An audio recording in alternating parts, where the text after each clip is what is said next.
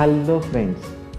सो इस वीडियो में मैं दो क्वेश्चंस का आंसर देने जा रहा हूँ। सो पहला क्वेश्चन जो मेरे पास आया है that how to find a genuine buyer first, and the second question is that clients keep on giving hope, और फिर वो टालते रहते हैं और फिर उसके बाद वैनिश हो जाते हैं, right.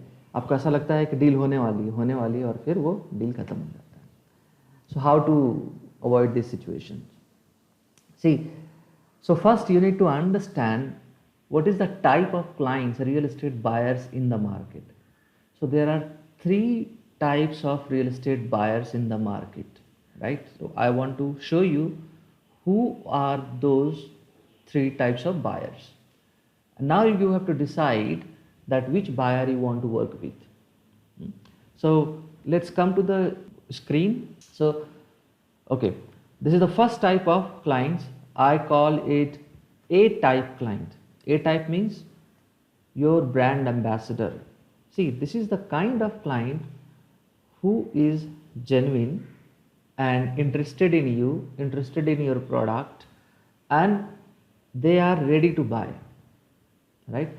They will fulfill all their commitments on time. थोड़ी बहुत डेट और टाइम का आगे पीछे हो सकता है पेमेंट को लेकर के, but they are very good at it. The best part is that you also make good profit in the deal. They are also very happy in the product. The property जो उनको मिला है वो खुश हैं. उनको इस बात से फ़र्क नहीं पड़ता है कि आपको कितना प्रॉफिट हो रहा है, कितना आप कमीशन बना रहे हो. They are not worried about it. And deal होने के बाद भी they are very genuinely in relationship with you. Probably they become your friend, और यहाँ तक they start working as a brand ambassador for you और योर कंपनी. मीन्स जहाँ भी वो जाएंगे अपने दोस्तों में, रिलेशनशिप में, if somebody is looking for property और उनके नोटिस में आता है, they will definitely refer those people to you. So अगर आपके पास ऐसे क्लाइंट्स होते हैं, so you are lucky. I call it type A client or your brand ambassadors. So there is another type of client, I call it hope giver, right? So what is hope giver client? This client will look very very genuine. He will come or see your property, get into all the discussions, serious discussions, payment plan, documentations and everything, and they will sometimes tell you कि मैं family को लेकर के आ रहा हूँ, शाम को उनको दिखाऊंगा. वो दिखाएंगे भी अपने फैमिली, रिश्तेदार, फ्रेंड्स, सबसे डिस्कशन हो जाएगी. एंड आपको ऐसा फील होगा कि बस डील तो होने वाली है और चेक मिलने वाला है. और गुड न्यूज़ ये है कि वो आपसे बोलते भी हैं, ठीक है मैं पेमेंट आपको कल तक दे देता हूँ या शाम तक दे दूँगा, या एक एक्स डेट आपको देता है पेमेंट के लिए. And you are very happy कि चलो आप इस महीने का मेरा कमीशन बन गया. लेकिन जो डेट देते हैं शाम को चेक लेने का या फिर एक डेट को चेक देने का, जब आप उसको कॉल करते हो या फाइनल डिसीजन के बारे में जब आप पूछ रहे होते हो, तो दे विल टेक टाइम, और वो चीज़ों को पोस्टपोन करते रहते हैं. और स्थिति ये होती है कि sometimes they will stop picking your phone, और बहुत अगर आप करोगे तो आपका फ़ोन ब्लॉक भी कर देते हैं वो, right. So this kind of client is basically hope giver, जो आपको होप देते हैं और आपको एक दूसरी दुनिया में लेकर चले जाते हैं, but they will never do the deal, right. So basically ये वो कैटेगरी के लोग हैं जिनको नो बोलने में डिफिकल्ट होती है. उनको ना बोलना बड़ा मुश्किल लगता है. So there are people, there are characteristics जिनको ना बोलना बड़ा भारी लगता है. तो ये वो लोग होते हैं जिसको हम लोग कहते हैं होप गिवर, राइट. और ये इस फीलिंग से जी रहे होते हैं कि मेरे वजह से उनको बुरा ना लगे, वो क्या सोचेगा. सो उस गिल्ट में भी कभी कभी वो रहते हैं. और इस तरह का जो क्लाइंट होता है इसको हम लोग होप गिवर कहते हैं. ये हमेशा आपको होप देगा लेकिन डील नहीं करेगा, right. Now the third kind of client which is in the market is, I call it C type client, and it is a blood sucker. How? So ये क्लाइंट जो है पूरे मार्केट में inquiry कर चुका है, हर जगह इसको प्रॉपर्टी के बारे में पता है, and he is searching properties for a long time. और वो आपसे आकर के डील करता है और आपको लगता है कि चलो मैं इसे डील करता हूँ और किसी तरह से इसको मैं आज डील करके ही छोड़ूंगा. और इस प्रेशर में आप क्या करते हो कि उसे डिस्काउंट दे देते हो या वो ऑफर दे देते हो जो किसी को नहीं दिया आपने। क्यों? क्योंकि ये आपसे प्रॉमिस कर रहा है कि आप इसके साथ अगर आप डील करते हो तो इसके बहुत सारे रेफरेंसेस हैं, इसके 4 और प्रॉपर्टीज़ लेने हैं, 5 और लेने हैं, वो सारा ला करके आपको देगा। अगर आप एक में नहीं कमाते हो तो क्या फ़र्क पड़ता है, बाकियों में आप कर सकते हो। सो ये जो सी टाइप का क्लाइंट होता है, बेसिकली आप उस छोटे अमाउंट के लिए डील कर लेते हो, और छोटा अमाउंट बहुत छोटा भी हो जाता है कभी कभी। मैंने देखा है लोगों को, रियल एस्टेट प्रोफेशनल्स एजेंट्स को, कि 10,000 20,000 का भी प्रॉफिट हो रहा है तो वो डील कर लेते हैं, राइट। और बात यहीं तक ख़त्म नहीं होती है।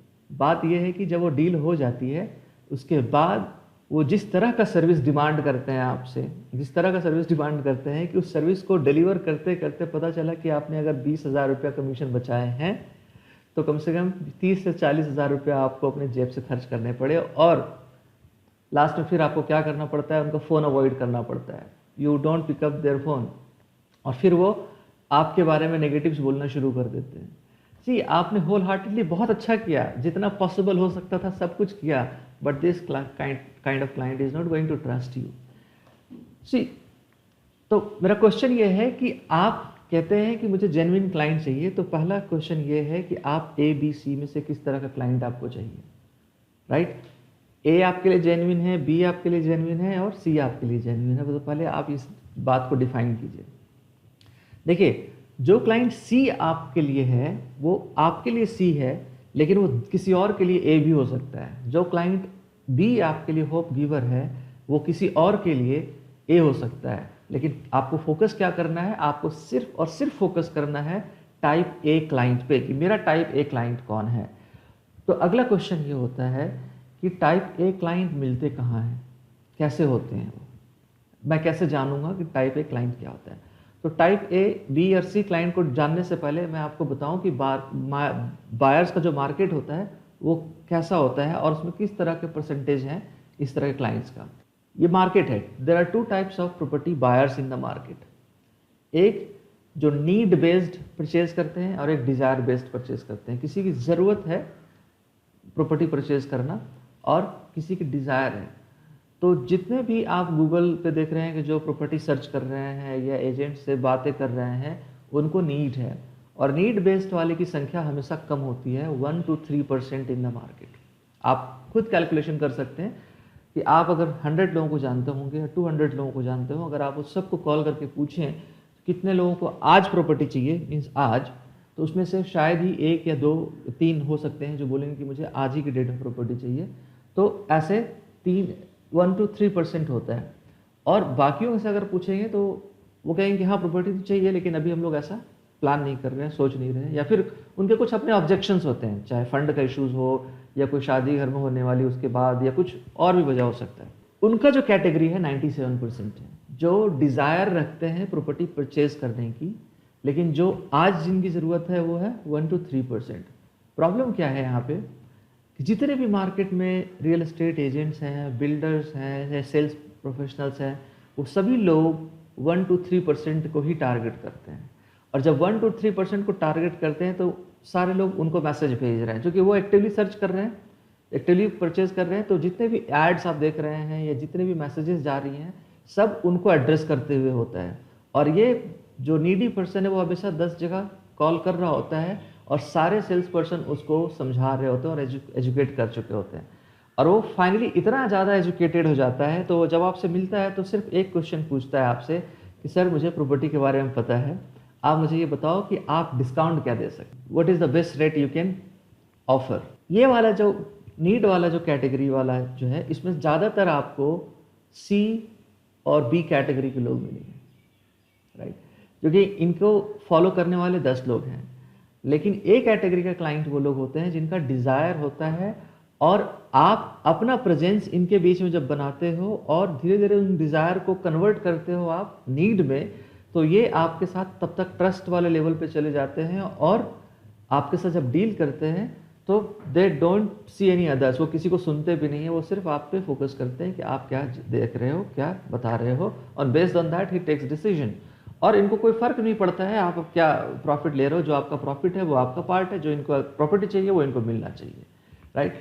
तो मैं क्या आपसे समझाने की कोशिश कर रहा हूँ कि आपको सबसे पहले ये देखना है कि आपका जेन्युइन बायर कहाँ पे है, नीड बेस्ड वाले में है या डिज़ायर वाले में है।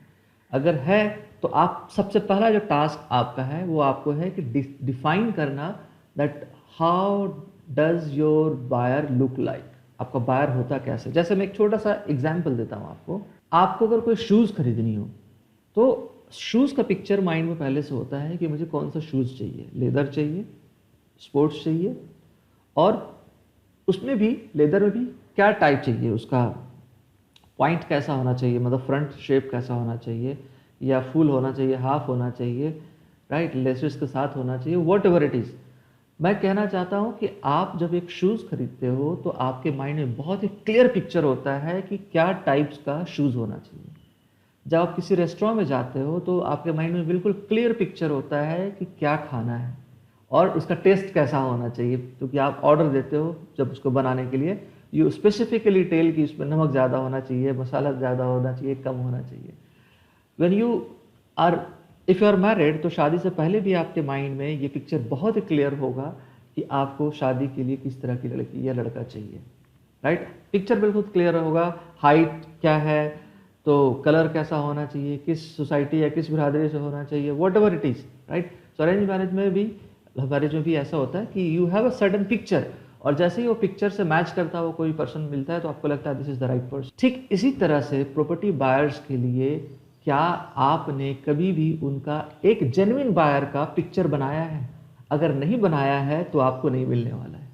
फिर आप किसी भी क्लाइंट के साथ डील करते रहोगे बी टाइप से और सी टाइप से, और अपना मैक्सिमम टाइम एनर्जी को खराब करोगे, मेंटल स्ट्रेस लोगे और पैसे की प्रॉब्लम हमेशा रहेगी। तो आज आपका ड्यूटी क्या है कि बैठना और बैठ करके देखना कि कौन मेरा जेन्युइन बायर है। तो जेन्युइन बायर्स का पर्सोना कैसा होता है, पर्सनालिटी कैसा होता है, कितनी बातों को ध्यान रखना है। डेफिनेटली मैं इसके बारे में कल एक वीडियो इशू करूंगा जिसमें मैं बताऊंगा कि how can you find your genuine buyer. तो अगर आप चाहते हैं कि इस तरह का इन्फॉर्मेशन मैं आपको देता रहूं तो आप मेरे इस चैनल को सब्सक्राइब कर लीजिए, शेयर जरूर कीजिए, और wait for another valuable video जो कि आपको आपके बिजनेस में सपोर्ट करेगी। So that's what I wanted to share in this video. Thank you very much.